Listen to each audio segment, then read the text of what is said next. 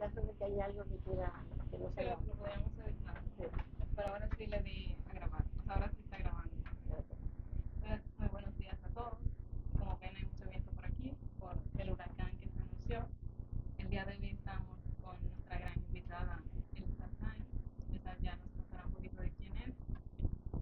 Pero muchas gracias por aceptar la invitación. Gracias a ti. Realmente estoy cumpliendo con una alumna excelente de la clase de lógica simbólica y lógica formal. Y nada, como estoy muy contenta con su rendimiento, ella me pide aclaraciones acerca de el Dios de los filósofos, de cómo llegar a la justificación de Dios como base de la realidad, y he accedido con mucho gusto. Soy la profesora Elsa Santamán de la Universidad Autónoma de Santo Domingo, donde trabajo de manera exclusiva hace bastante tiempo, y tengo una licenciatura en filosofía que logré siendo muy joven, antes de casarme, luego una maestría en filosofía política y por último un doctorado en la misma Universidad Complutense de Madrid acerca de Spinoza, o sea, concentrándome en la filosofía política de Baruch Spinoza en el siglo XVII. Oh, wow. Y además de eso, el piano, además de eso, el Ah, teatro, el sí, sí. canto. Mm. Wow.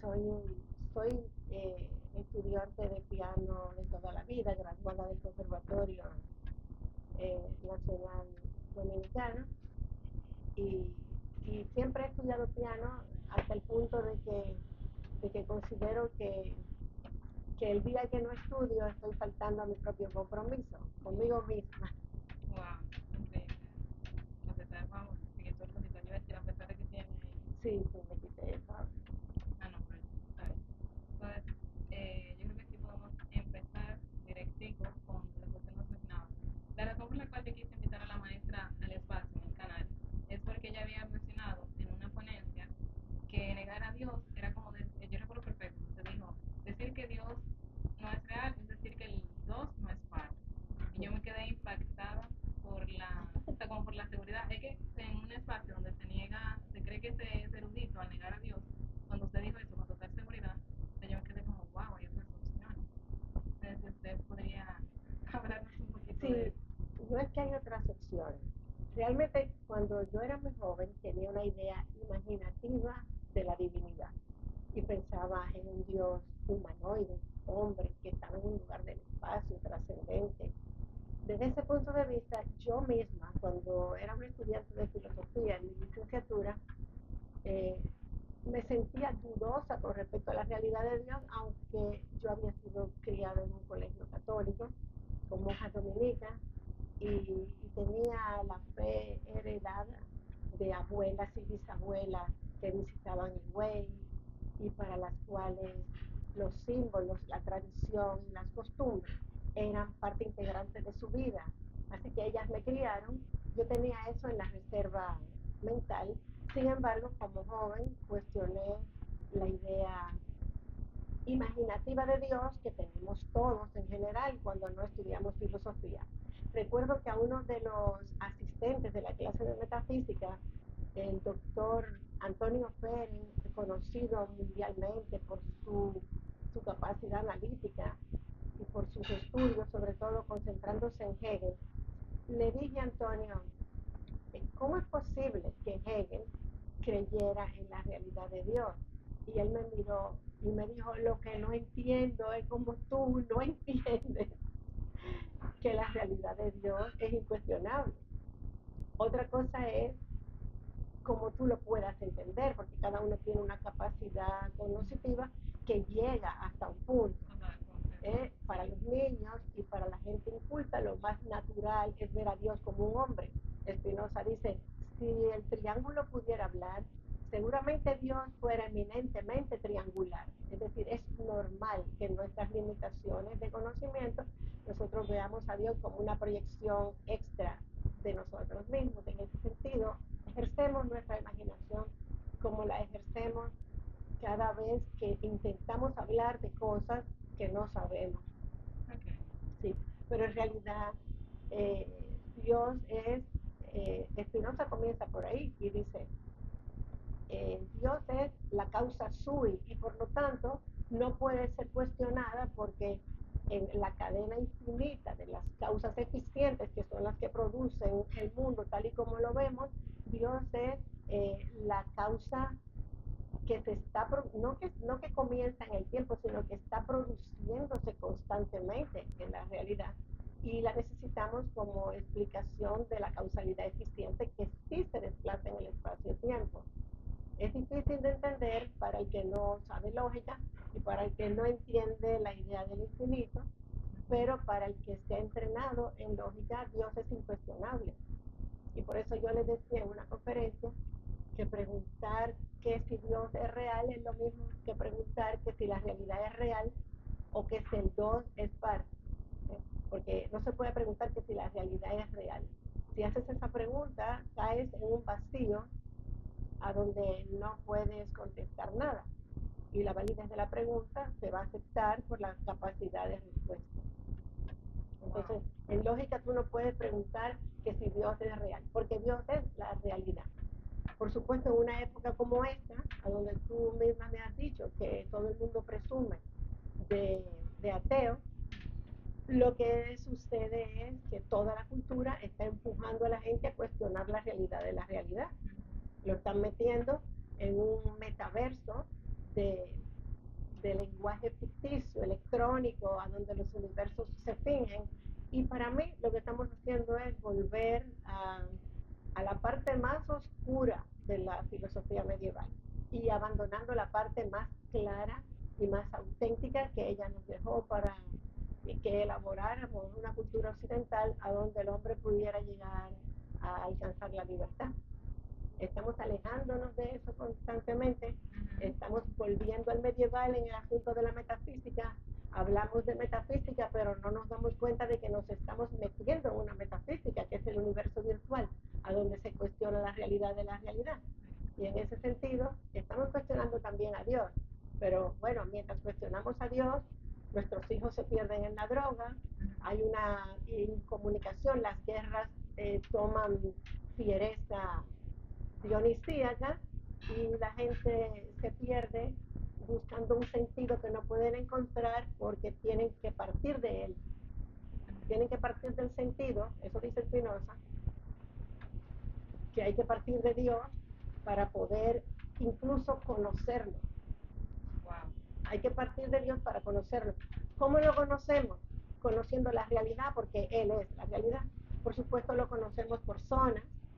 Los físicos lo entienden como fuerzas actuando, pero lo que Spinoza dice es que cuando el físico conoce el juego de las fuerzas, está conociendo una parte de Dios, una parte bastante abstracta, porque la física contemporánea es muy abstracta.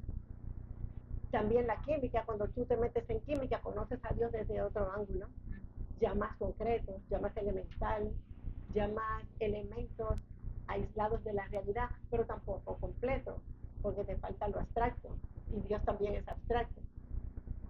Dios es absolutamente todo, es la causa suya, es el origen de todo. Y además un origen que no está en el tiempo, no hay que buscarlo lejos, está aquí, ahora, trabajando con nosotras, presente, dándonos la vida para que nosotros hablemos sobre él en esta red.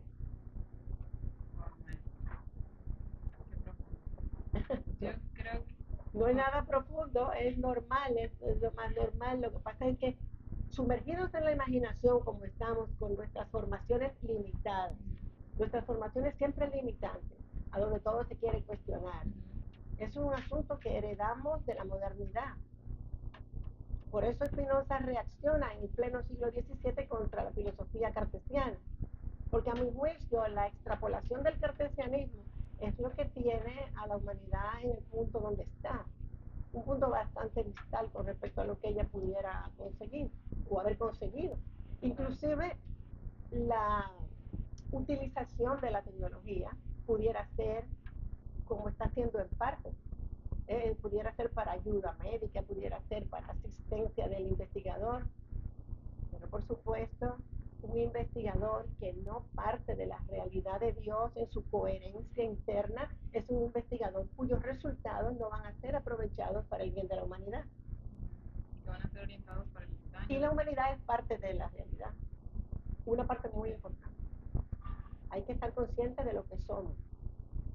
Y como María Ángeles quiso que conversáramos en esta mañana sobre la idea de Dios, sobre cómo manejarnos frente a la idea de Dios, me gustaría recordarle una frase de un filósofo del siglo XVI muy brillante que se llamaba Nicolás de Cusa, Nicolás de Cues, a donde Cusa, que defendió la idea del infinito actual en el siglo XVI, un matemático, decía que a Dios no hay que buscarlo mucho, basta con que te conozcas tú como una producción suya y sepas que tal y como te ha producido a ti, ha producido todo lo que ves, todo lo que puedes ver, todo lo que ocupa lugar en el espacio y todo lo que forma parte de la realidad extensa.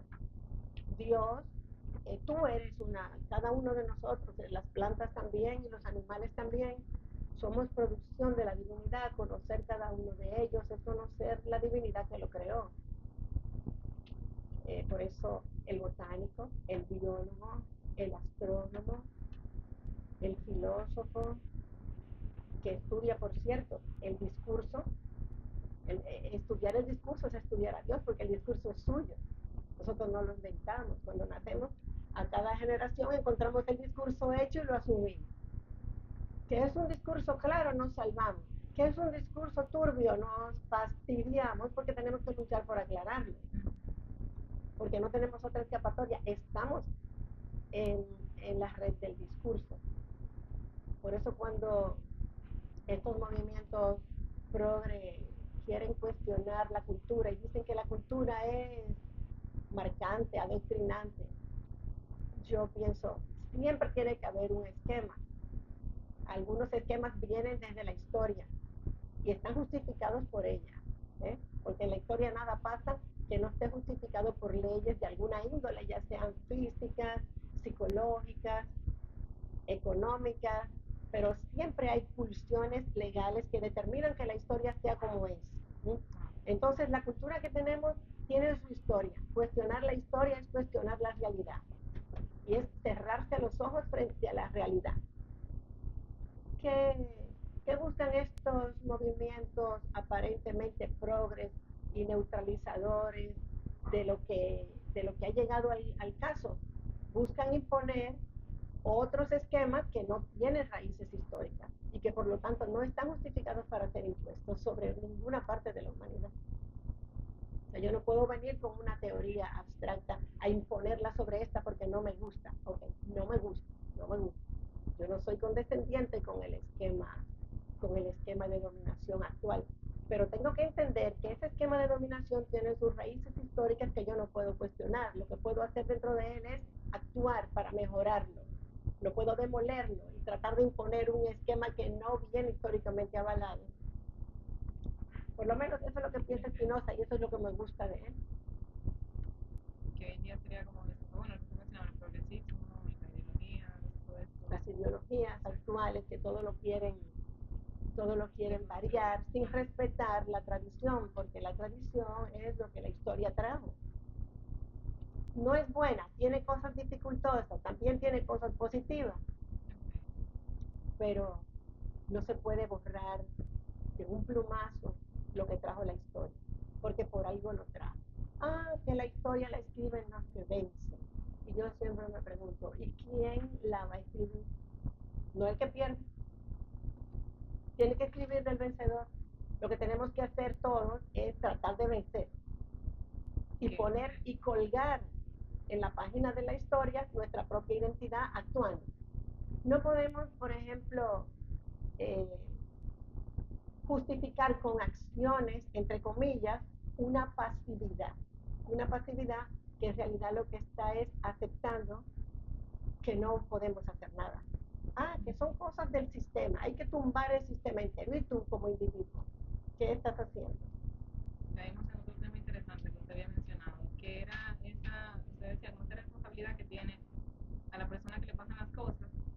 A mí no me gustó mucho cuando lo dijo, pero es cierto, que cuando las personas permiten que le pasen las cosas también son culpables de que le pasen. Eso mencionó Bueno, así. la culpa es algo que hay que erradicar a mi juicio porque no tiene sentido eh, señalar como culpable a una gente que no ha tenido la suficiente energía como para actuar correctamente. Ah, perfecto. Las energías son también los paquetes energéticos en los que consiste nuestra personalidad, son donación de la divinidad. Y a todo el mundo no le ha dado los mismos volúmenes de energía.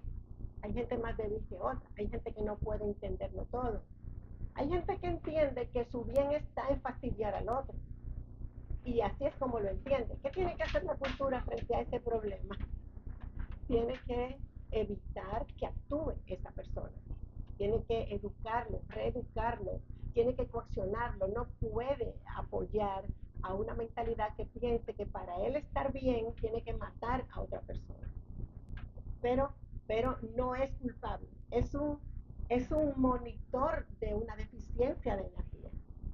Entonces, ¿qué hay que hacer con los niños? Aumentarle la energía, dice Spinoza, a través de una educación alegre, porque él piensa que la alegría es la que aumenta la energía. Él dice, no nos alegramos por actuar bien, sino que actuamos bien porque estamos lo suficientemente alegres y energéticos como para hacerlo. Desde luego el delincuente es triste, es débil y paga con su vida a veces y con no haber vivido ninguna vida auténtica durante toda su existencia.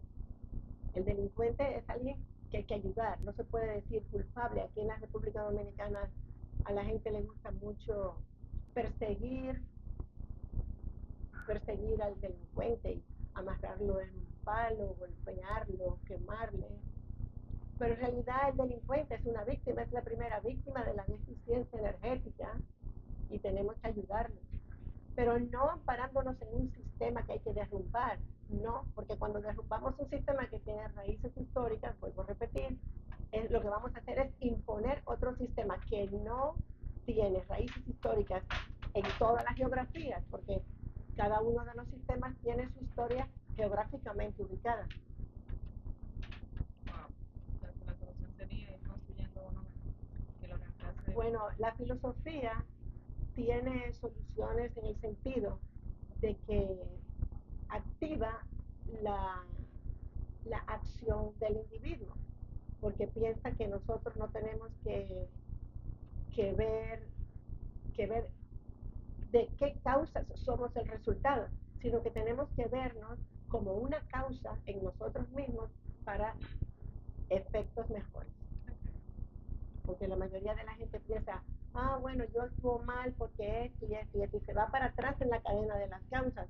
Pero en realidad, si tú actúas mal, aunque tengas 20.000 causas que te motiven a eso, yo nada más tengo que ocuparme de lo que estás haciendo ahora y tratar de que no puedas hacerle daño a otros con tu deficiencia energética. Okay.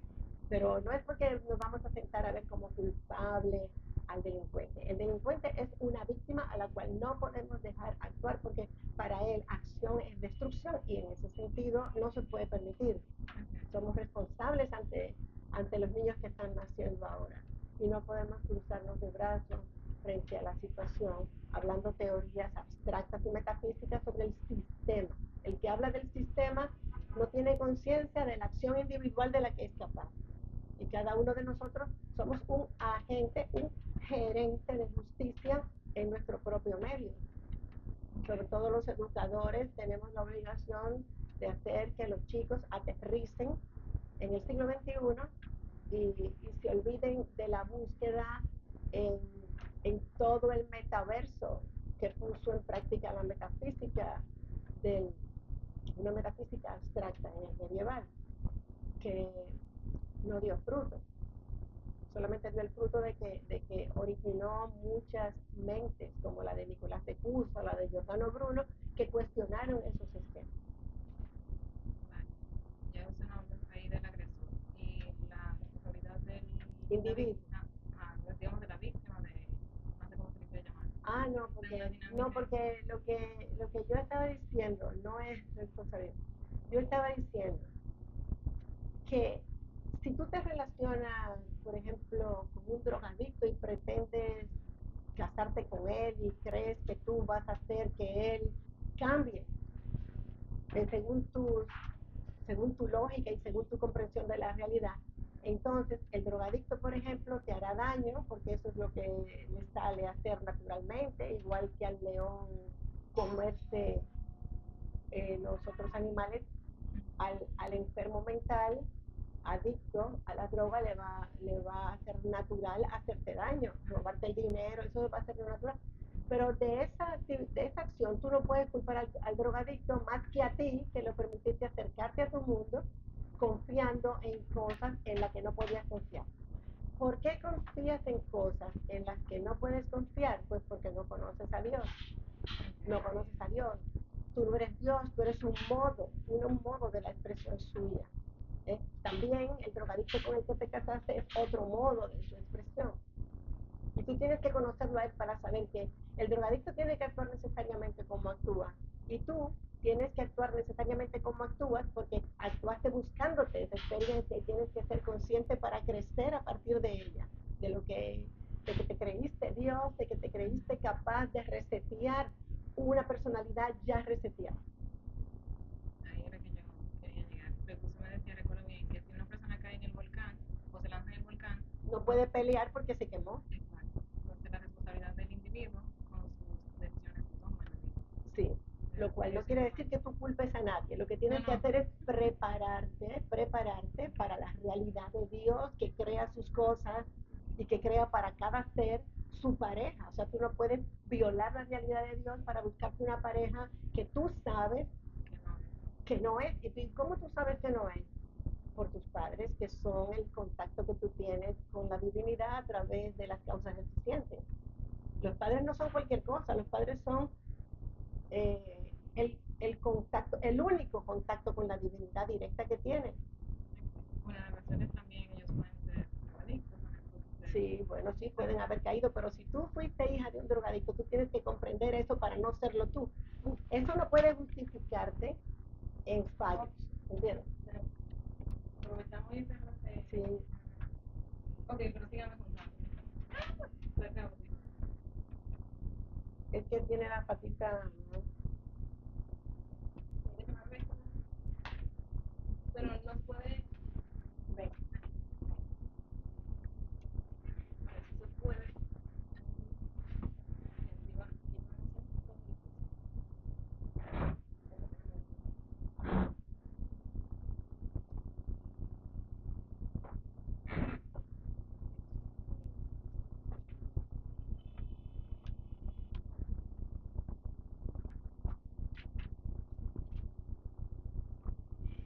oye, pequeño distracción.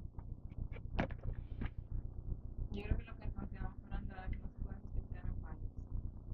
No se puede justificar los fallos. O justificar en los fallos. Bueno. No entendí así. No, pero está ahí. El libro lo que nos parte era eso, de que si uno cae en el volcán o se tira en el volcán, no pretender enojarse con Dios porque se quemó. Sí. O sea, si tú violas las leyes de la naturaleza, no te puedes poner, no puedes pensar que la realidad es mala. La realidad es completamente coherente y a cada uno de los ámbitos a donde ella se expresa le establece las líneas que debe seguir. Pero estábamos hablando de los padres en el sentido de que ¿cómo sabes que no es tu pareja? Bueno, hay una mística donde dice que son los padres los que saben quién es tu pareja. Ella me decía, y en el caso que los padres sean drogadictos, entonces te quedaste sin quien te diga quién es tu pareja. Entonces tienes que decir, no, claro, está clarísimo.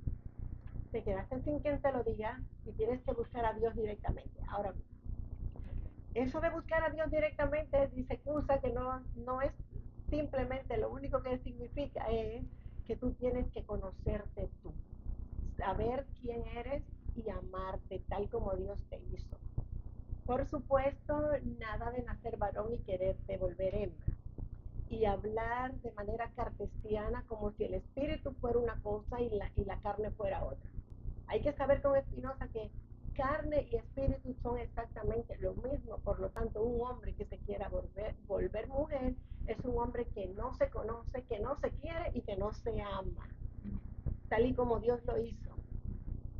Claro, la cultura está induciendo actualmente a todo el mundo a que dude con respecto a su propia identidad, así que lo está alejando de la realidad de Dios y las confusiones serán cada vez más grandes. Por eso el trabajo de la filosofía es arduo. Notamos que los grandes filósofos están callados y notamos que el sistema de opresión mundial que se está gestando se está buscando sus propias voces y les llama filósofos. Mientras tanto, las escuelas de filosofía están completamente seteadas y controladas en la actualidad. Ya no existen escuelas de filosofía como de la que yo egresé. Y yo encuentro que la gente está limitando su capacidad de comprensión de la realidad y se está quedando en la justificación de lo que trae la cadena de las causas eficientes. Hay unas fuerzas económicas muy grandes en la actualidad que están determinando inclusive los credos y que están utilizando religiones para destruir estados. No es que sea en realidad en las guerras religiosas, sino es más bien que la religión está siendo utilizada como gasolina insustituible para la acción, porque la religión habla de la superación de la individualidad. La palabra religión quiere decir religar y es la ligazón más fuerte que hay para superar la individualidad. El problema es cuando esa individualidad superada se queda anulada dentro del sistema de religión. Entonces, cuando hablamos de un grupo religioso que asesina a sus miembros cuando no está de acuerdo con el determinado dogma, un grupo religioso que persigue a otras religiones, ahí tenemos problemas con respecto a una religión mal utilizada, lo cual no anula que la religión en sí sea el paso humano más importante, el que une las individualidades, manteniendo el respeto que se debe tener por cada una de ellas como creación de Dios. Conectamos la importancia de Dios o la realidad de Dios y la importancia de la religión. El conocimiento de Dios y la importancia de la religión y la importancia de la tradición. También la vida y la audiencia. Y de lo que usted nos decía días anteriores sobre que Dios manifiesta en el individuo. Quisiera también tocar eso, de que Sí. Dios es uno, pero que es muy, como se refleja de manera auténtica en cada cosa. Total, total. Es lo que se llama un infinito actual. Eso ya les comenté desde Nicolás de Cusa.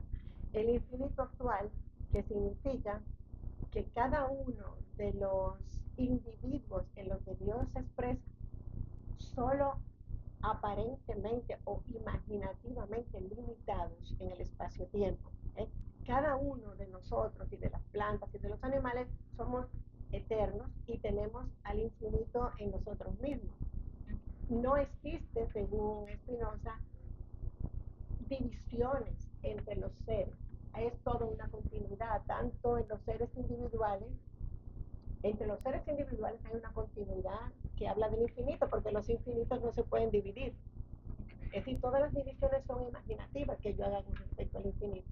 Pero cada una de las manifestaciones de la realidad somos expresión de Dios y por lo tanto estamos conectados al infinito y estamos manifestando el infinito de una determinada manera, que no tiene por qué entenderse como limitada, sino que en realidad cuando se conoce al individuo racionalmente, lo vemos unido a las otras realidades.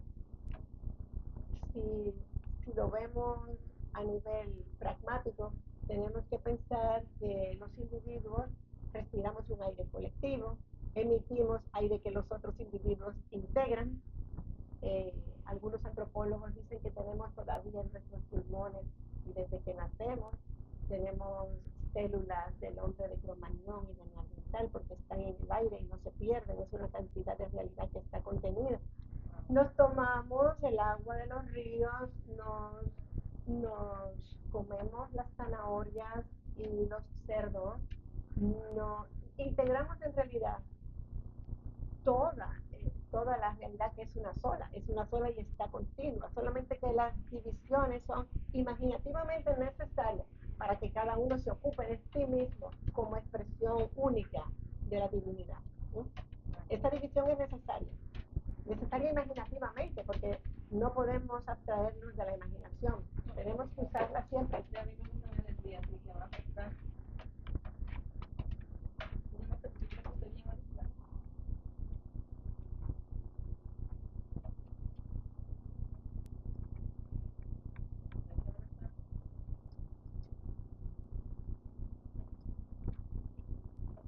No le puedes bajar un poquito más para que la patica abra más, porque tiene mucho ahí.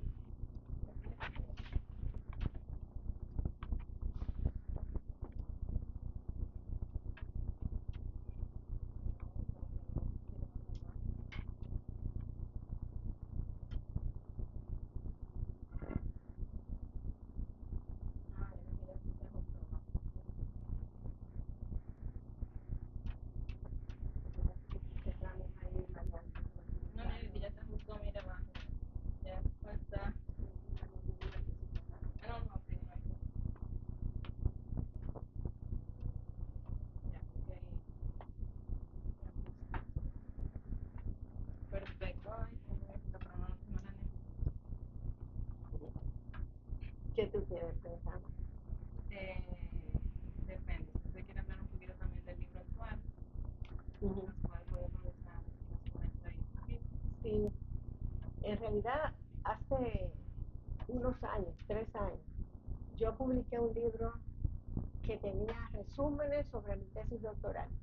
Se llama La utopía materialista de Spinoza, hablando de cómo Spinoza le da importancia al Estado político como una individualidad gestora de seres humanos.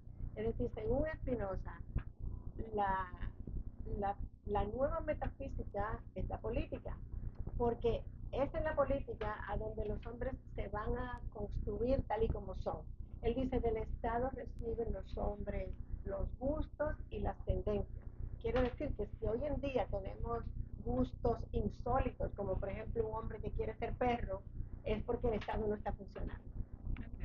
Y si queremos hombres que quieran ser hombres, que sean felices con lo que son, entonces tenemos que hacer estados funcionales con legislaciones que comprendan el fenómeno humano y que estén conscientes de que están al servicio de un segmento de la humanidad, que es una individualidad, porque los estados son individualidades.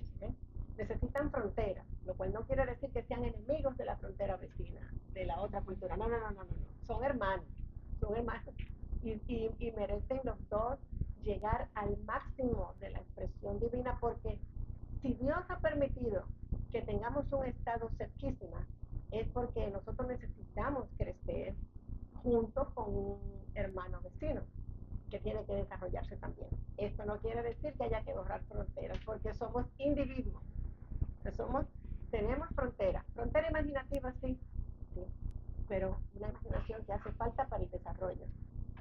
Sin yo sentirme individuo no puedo crecer yo. Tendría que preocuparme de los problemas de todo el resto, cosa que le ocurre a mucha gente, que comienzan a pensar en la vida ajena en vez de pensar en ellos mismos, entonces terminan sin crecer. Que fulano es esto, que fulano es otro, poniéndole predicados a la gente de una manera muy abstracta, porque las causas que han motivado a que cada cosa sea como es son infinitas y no la podemos abarcar. Esta es otra de las cosas que Nicolás de Cusa establece en su libro La docta ignorancia, a donde dice que los doctores y Spinoza también dice, cuando se va a referir a segmentos de ignorancia, Spinoza suele decir los ignorantes y los doctores, y los pone a par, igual que Cusa. Los doctores y los ignorantes son igual de recalcitrantes con respecto a la realidad. ¿Por qué? Porque parten de un segmento de la realidad axiomático, operan racionalidad sobre ese segmento axiomático y se creen que tienen la totalidad de la verdad. Pues no, señor, nadie tiene la totalidad de la verdad. A Dios no se le conoce, ni hay que conocerle. A Dios lo que hay que hacer es amarlo, buscarlo, saber que tú eres una expresión suya y tratar de expresar. Tú mismo no te puedes conocer totalmente. Si pudieras conocer a Dios, en su manera de proceder, cómo ha procedido, cómo fueron primero algunos órganos y después otros, ¿por qué? ¿Por qué? ¿Cuál es la importancia de la sexualidad? Lo sabrías si conocieras a Dios, no hablarías tanta loquera con respecto a que da igual lo que sea, que si los órganos sexuales, que si yo qué, que si Simón de Beauvoir. No hablarías tanta loquera si conocieras a Dios. ¿Y cómo te hizo? ¿Cómo te hizo a ti? ¿Cómo te hizo? No se va a equivocar. O sea, te hizo hembra, pues, a disfrutar de la feminidad, que bien buena que es, en el sentido de que puede relacionarse con los varones de una manera idónea, ideal. Qué bien. Maestra, ya curiosidad para mí. ¿Cómo usted llega a todas esas conclusiones? Si pudiera contarnos un poquito y si pudiera también contarme a mí para yo saber referentes, libros, Estudiando. pero qué libros, qué... Mira, yo tuve la suerte de caer en una academia buena y tuve la suerte porque fue realmente así. Mi primer contacto con la filosofía fue Nietzsche, imagínense ustedes. Wow. O sea, Nietzsche, mi papá era médico, pero le gustaba mucho la filosofía y tenía muchos libros de Nietzsche en casa. Entonces yo los quería leer y mi mamá me decía, deja eso, que eso es peligroso, moralmente peligroso. Y tú que eres bastante rebelde, deja eso. Y me lo quitaba de la mano. Me lo quitaba de la mano. ¿Qué Y edad? entonces en una yo le dije, pero si eso está ahí, ¿por qué yo no lo puedo leer? Entonces ella me dijo, para leer eso hay que estudiar filosofía. Entonces, señores, yo les digo que yo estaba estudiando medicina y dejé la medicina para ponerme a estudiar filosofía. ¿Qué edad usted tenía en ese momento? 18. Wow. Y entonces mi papá dijo, tú no sabes lo que estás haciendo, no sabes, le dolió mucho que yo me fuera de la escuela de medicina, porque yo me gradué a los 16 años y a los 18 ya estaba en el segundo año de medicina. Había hecho histología, había hecho 2 anatomías y tenía muy buenas notas. Pero a mí siempre me preocupaba lo que Nietzsche decía en esos libros. O sea, por que puedo decir que yo entré en la filosofía a través de Nietzsche y también puedo decir que siempre me gustó mucho Spinoza sin conocerlo. Tendí hacia averiguar qué cosas decía y después vi, estudiando, que Nietzsche también reconoce en Spinoza un antecedente. Es decir, que yo entré por ese camino, así por la suerte, porque mi papá decía, no sabes lo que estás haciendo, el médico siempre será el médico, respetado socialmente, y un estudioso de la filosofía se entenderá siempre como un loco o como alguien que está hablando en el aire. ¿Sí? En cambio, yo seguí insistiendo en que me gustaría y él me complació. Entre él y mi madre me llevaron a España y primero a la embajada española y para ver cómo estaba la academia, qué universidad era mejor. Pensamos en la Complutense y fuimos a Madrid. Y ahí, desde que llegué, yo supe que era mi lugar. Los compañeros, en lo que estaban, cómo pensaban y los maestros. Entonces tú me dices, ¿qué he de hacer para tener un conocimiento firme? Ya tú no tienes esa academia a tu disposición. No la tienes. Entonces tienes que hacerla tú. ¿Y cómo lo hacemos?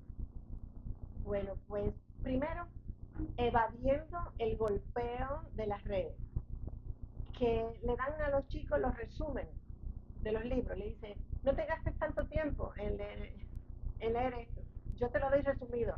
Eso es malísimo para la filosofía, porque si tú estás leyendo un resumen que hizo alguien, lo que vas a hacer es a entender lo que esa persona entendió de ese texto. Y quizás lo que más te interesa lo vas a perder para siempre. Y luego viene la fantochería de decir, ah, sí, yo conozco a Foucault. Usted no conoce a Foucault. Usted sabe lo que dicen de Foucault las redes, que siempre son cosas manipuladas y lo más interesante que él dice no te lo dice. Nada más te lo ponen como un pervertido, porque es verdad que el pobre no tenía mucha energía para la conducta moral, pero él tiene una contribución que tú debes sacar con uña y diente de sus textos, porque está en la historia. Y si Dios lo permitió, es por algo. Así que, igual que se le dice a Spinoza ateo, recuerdo que yo estaba en la biblioteca del Padre Jesús Hernández un día buscando textos y Y entonces estábamos buscando todo lo de Spinoza y también monografías sobre Spinoza. Entonces llegó alguien que yo no conozco, llegó y dijo, ¿qué buscan de Spinoza el ateo? Y entonces el padre me miró así como, ¿pero qué dice? ¿Y por qué dice esa persona que Spinoza es ateo? Bueno, pues porque las redes han extrapolado la idea de que Spinoza es ateo. Y ya, no te explican más nada. Y te ponen una carita amable y de sabio y de, ¿por qué el ateo es Spinoza? Bueno, hay que leer Spinoza y hay que leerlo entero. Y yo les digo que no solamente las redes les recortan, sino también editoriales. Estando yo en España, cuando era estudiante, año 81 por ahí, llegó a la Complutense a visitarnos el alcalde de Madrid en ese momento, que era el profesor Tierno Galván, que había sido profesor de la Facultad de Derecho, me parece que de allá de Complutense, y fue a visitar a los estudiantes de filosofía como un acto solidario de un funcionario hacia estudiantes jovencitos. Y se sentó al lado de mí en una butaca del parque de Complutense. Y yo le pregunté, ¿por qué en su última edición del Tratado Teológico Político faltan 5 capítulos?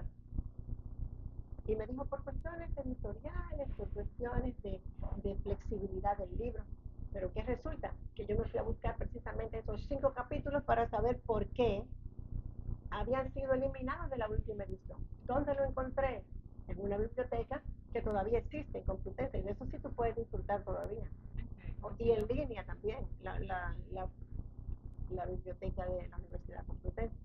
Y ahí tú, de filosofía. Y ahí encontré los capítulos que faltaban y me di cuenta inmediatamente por qué faltaban. O sea, hay poderes económicos que están en contra de la religión católica y que quieren que la religión católica y el cristianismo sucumban totalmente. Y no querían decir que un filósofo de la talla de Spinoza las defiende, porque Spinoza las defiende. Y dice que el cristianismo es el único criterio que tenemos para cuestionar una determinada constitución de un país, solamente a partir del amor. Y dice que el cristianismo es tan fuerte que hasta para negarlo hay que jugar a ser cristiano y fingirlo. Es decir, que Spinoza no solamente es creyente, sino católico y cristiano. Lo que pasa es que eso ha sido sacado de los textos y cuando en las redes te ponen pequeños reels sobre él para motivar, para enganchar con todo ese vocabulario de la publicidad, entonces te sacan lo que les conviene sacar. Así que la juventud lo tiene un poco difícil. Yo he hecho lo que he podido, pero este mundo no es mío, es de Dios. Me hizo a mí aquí, me puso aquí y ahora para que yo haga lo que yo pueda. Y en ese sentido, siento que he cumplido y que estoy cumpliendo en lo que puedo. Con la educación de los chicos para que sean fuertes. Por ejemplo, yo sería incapaz de, de mutilar un programa. Yo sería incapaz de, de guiarlos hacia una sola línea de pensamiento, sino que ellos tienen que conocer todo, tienen que conocer el cartesianismo, porque para poder criticarlo tienen que conocerlo. Yo opino personalmente que están en la base de la manera de ser contemporánea que es muy peligrosa. ¿Sí? Es una manera de ser que justifica en base al cariño el crimen y la destrucción. ¿Sí? Que se atreve a traicionar un pueblo en orden al amor a los pueblos vecinos. Es una literatura peligrosa que está rodando en el mundo y que está poniendo en peligro entidades reales que son los estados a donde se forja el hombre. Claro, eso no es justificación para manipulaciones estatales adulteradas. ¿Sí? Es simplemente poner el dedo en la señal en la política como señalización de fabricación de seres humanos insustituible. ¿Eh? El hombre en naturaleza es agresivo El hombre sin Estado es agresivo de manera natural y no puedo condenarlo, no puedo aplicarle predicados morales. ¿Sí? Al hombre prepolítico no se le pueden aplicar predicados morales, porque tiene que luchar por su supervivencia y no puede permitir que los más fuertes lo anulen. En ese sentido, el hombre prepolítico está justificado en todo lo que haga. ¿Qué quiere decir esto? Esto no quiere decir ni debe entenderse como que los crímenes pueden ser justificados, sino de esto señala la necesidad del Estado político, las leyes, las constituciones y el respeto por los que han llegado a ser Estado político para no traicionarlos en base a la pena con respecto a otras poblaciones que no han llegado a ese punto. ¿Sí? Más bien todas las poblaciones del mundo tienen derecho a ser edificadas en ese sentido y tienen derecho a su propio Estado y a su propia constitución. Tienen que ser edificados dentro de unos muros legales. Yo no puedo, qué sé yo no puedo traicionar un Estado pensando en la miseria de los Estados vecinos, ¿sí? Porque eso no me compete a mí, igual que no le compete a ningún individuo preocuparse primero por el vecino que por él mismo. Tiene que preocuparse primero por él. Si no está vivo, no puede ayudar. Ni a su gente tampoco. O sea, porque cuando un político, por ejemplo, piensa en su nación, no está pensando en él, como lo quieren poner, egoísmo, conseguir un premio Nobel de la Paz, no es eso. Cuando un político piensa en su nación, está pensando en los niños que están naciendo en su momento y está cumpliendo con su responsabilidad. Porque si usted se viste de poder, usted es responsable de todo el que caiga ahí dentro, de todo el que sea mal formado ahí dentro, de cómo funciona su escuela. Usted es responsable porque usted está subido en la cumbre de la representatividad, no solo para cobrar, no solo para vivir bien, sino también para ser el responsable de todo lo que pase ahí. Creo que le mencionaba que usted me dijo algo que me gustó mucho, que era que es responsabilidad de cada uno el reconocerse como el Israel de Dios, como la ciudad elegida de Dios y que así prosperar, que Dios nos quiere próspero, pero que es cuestión de uno. Que no tomamos, no asumimos lo que somos.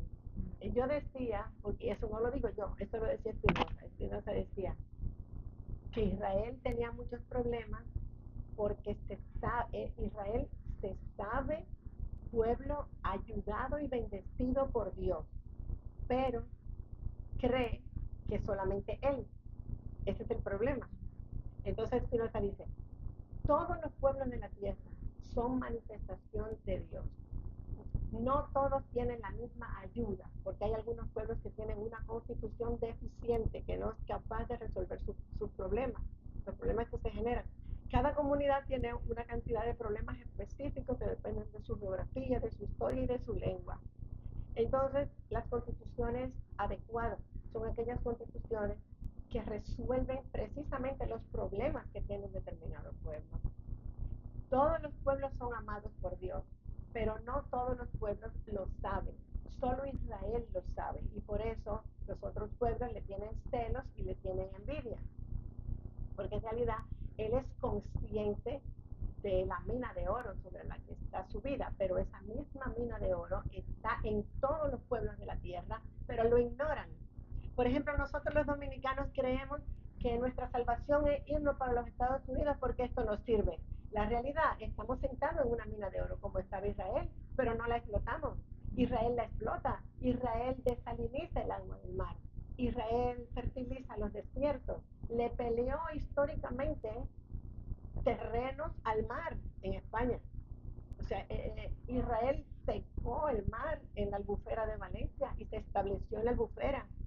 O sea, demostrando la dignidad del hombre, el valor del hombre frente a la naturaleza, ambos creados por Dios, tanto el mar como el hombre, pero el hombre más importante que el mar porque lo puede secar y le puede sacar el provecho. El hombre más importante porque es la única sección de la realidad que puede entenderse a sí misma y entender a las otras. Solamente el hombre puede salvaguardar una especie en peligro y para hacerlo está, pero tiene que estar edificado dentro de las leyes de un Estado. Y yo creo que ya hemos hablado suficiente. El amor de Dios por todos los pueblos de la tierra, la ignorancia que tenemos la mayoría de este amor. Porque nosotros, los dominicanos te dicen, yo me fui a los Estados Unidos. Y lo más increíble es que odian a los Estados Unidos y luchan por su nacionalidad y odian a los Estados Unidos. Yo no odio a los Estados Unidos, yo los respeto como una entidad de la realidad y punto. Se han invadido porque nosotros no hemos dejado de invadir. Nadie compra lo que no se vende. Nadie compra lo que no se vende. Si nosotros nos vendemos por poder a cualquier potencia extranjera que quiera venir aquí, la culpa no es de la potencia extranjera, es de nosotros que estamos vendiendo el oro de Cotuí para que me apoyen hacia la presidencia o hacia los cargos importantes. ¿Eh? Entonces, un pueblo que se vende es un pueblo que no puede progresar. Igual con la persona, igual. Pero Spinoza dice, en Israel la piedad es ley. El amor a los padres es obligación, penalizado por ley si tú abandonas un viejo. Ajá. Entonces, cuando tú buscas a Dios no solamente en ti mismo, que pudiera ser confundido con una especie de egoísmo patológico o capitalista, ¿verdad? En ti mismo, tampoco en un abstracto humanoide que no sabes dónde está. Tienes que verlo en todas partes. Pero cuando tú puedes determinar que aunque eres limitado, estás atado a la cadena infinita de las causas que tú sientes, tienes que reconocer a tus padres como la parte más cercana a Dios que tienes y la única voz que amándote te puede guiar. ¿Eh? La única, repito, o sea, si tú fuiste hija de alguien, es por algo. Eso no es accidental, nada es accidental. Entonces, si tienen esas costumbres que son tan beneficiosas para la edificación de una nación, nosotros lo que debemos hacer en vez de envidiarlas es copiarlas y llegar todos a un desarrollo tal a donde ninguno tenga que tener armas para defenderse. Pero tenemos que tener armas, algunos digo, nosotros no, porque a nosotros nadie nos está atacando por lo menos físicamente. A nosotros nos van deteriorando las instituciones, nos meten gente que acabe con todo, ponen a los dirigentes totalmente ignorantes de lo que están bregando, no buscan a nadie que tenga conciencia moral suficiente como para latir al corazón del pueblo, para entenderlo y para luchar por él, sin criticarlo. Dios mío, cada vez que yo oigo a esta gente en la televisión insultando y diciendo malas palabras con respecto a los líderes, pero ¿cómo yo voy a insultar a un líder? Si alguien es un líder, ¿es porque yo lo he permitido? Tal vez yo personalmente no, pero he permitido que mi pueblo en su mayoría lo apoye y en ese sentido lo tengo que aceptar, Yo no puedo estar poniéndole predicados morales a nadie. Spinoza también critica, defiende el buen comportamiento, el respeto por la vida ajena, el respeto por el desarrollo ajeno y por el vecino. Podemos decir que Spinoza se inscribe en una eticidad que no tiene nada que ver con la moralidad, porque si nos vamos a ver, la moralidad convencional termina siendo utilizada para lacerar al otro. Cada vez que yo quiero insultar a alguien, me invento un predicado, miro algo de la realidad que si bien es verdad, es solo parte de la realidad, me fijo en esa parte y le aplico el predicado moral y ya lo neutralizo. Eso es matar. Y una falacia también. Y es una falacia así porque nunca, la verdad completa no la tienes nunca. Ves a alguien actuando mal, lo más que puedes hacer es aconsejarlo y alejarte para que no te haga el daño a ti, pero no puedes entrar a ponerle un predicado moral de una manera simplista sin saber qué produjo ese fenómeno. Y además lo que haces es quitártelo del medio, con lo cual tú también te involucras en otra predicación moral negativa. Tú también apareces como un asesino, porque el que habla mal de otro, mata, lo está matando moralmente. Así que hay que tener mucho cuidado con las evaluaciones morales, mucho cuidado con el estudio real de la filosofía, no por pedacitos que te envanecen el ego diciendo, tú conoces muchos autores, okay, pero conoces muchos autores sedaciados por la mentalidad de otro que los resumió para ti. Lo mejor es que te estudiar al día, en lugar de ver tanta televisión, 2 horas diarias estudiando filosofía. Yo hago así, yo estudio diariamente, busco un autor diferente, diariamente, mis 2 horas y unas 2 horas y media para el piano. ¿Y qué está leyendo actualmente? ¿O qué le Cusa. interesa? Cusa. Y si usted tendría que elegir 3 autores para sugerirme a los chicos, De leer. a leer, introducirse, buscar, comparar. Bueno, primero trabajen en conjunto una historia de la filosofía buena con algunos de los autores que a ustedes les interese dentro de lo que esa historia sugiere o está estudiando. Por ejemplo, si se pone, y otra cosa, preferiría que comiencen por la filosofía moderna. Nicolás Abañano es muy bueno. También Coplesto. Son historiadores, también Martínez Marzoa, en español, ya les he dicho 3, son buenos en sus análisis. Me gusta mucho el Abañano. Ninguno es para seguir ciegamente.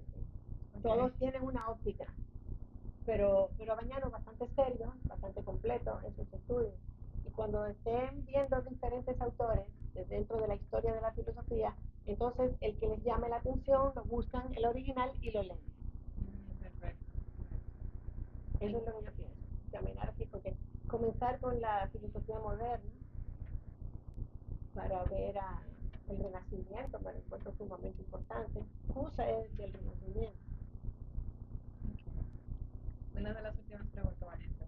¿Cómo le hace usted para distanciarse? Cuando usted dice que no es para seguir ciegamente, ¿qué preguntas se hace? ¿Qué cosas toma en consideración para tomar distancia de los autores, de los pensamientos? No, tienen que saber, lo único que tienen que saber es que cada uno de los autores está ubicado en un espacio-tiempo cultural y tiene obligatoriamente que ver las cosas desde ese momento y desde esa geografía. Yo y un italiano no podemos ver el mundo desde el mismo punto. No, porque yo soy de América hispana. Tengo la lengua española como también. Y esa es la que me va a permitir a mí entender las cosas y los conceptos. Abañano es italiano. Es italiano de principios del siglo XX. Entonces no puede tener la misma.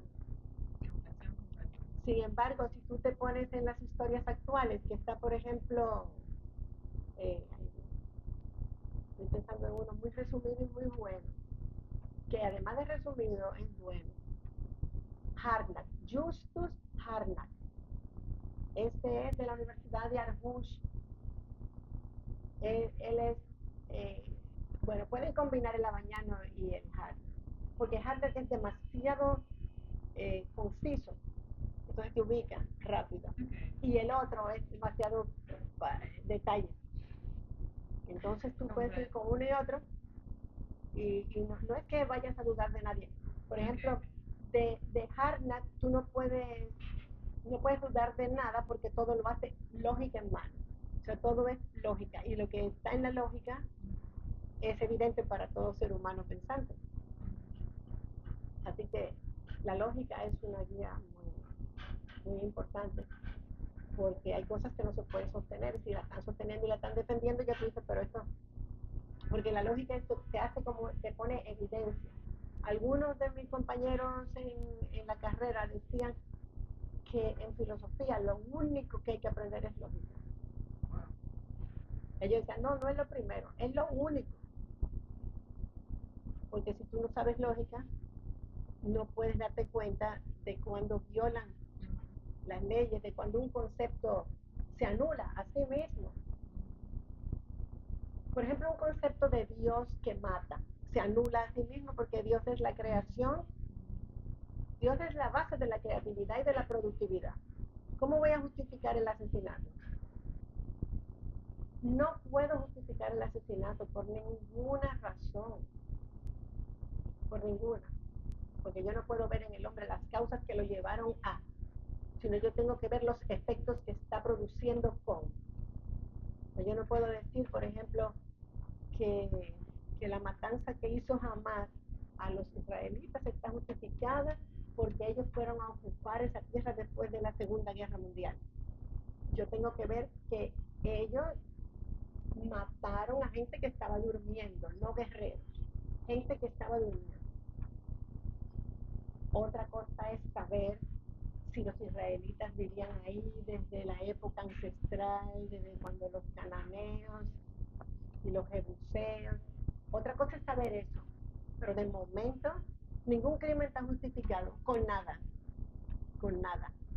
El odio no está justificado con nada, porque el odio es una estupidez que, que viene de querer enlazar tu deficiencia personal con un objeto exterior. Wow, Entonces no te estás conociendo a ti, no estás conociendo tus deficiencias.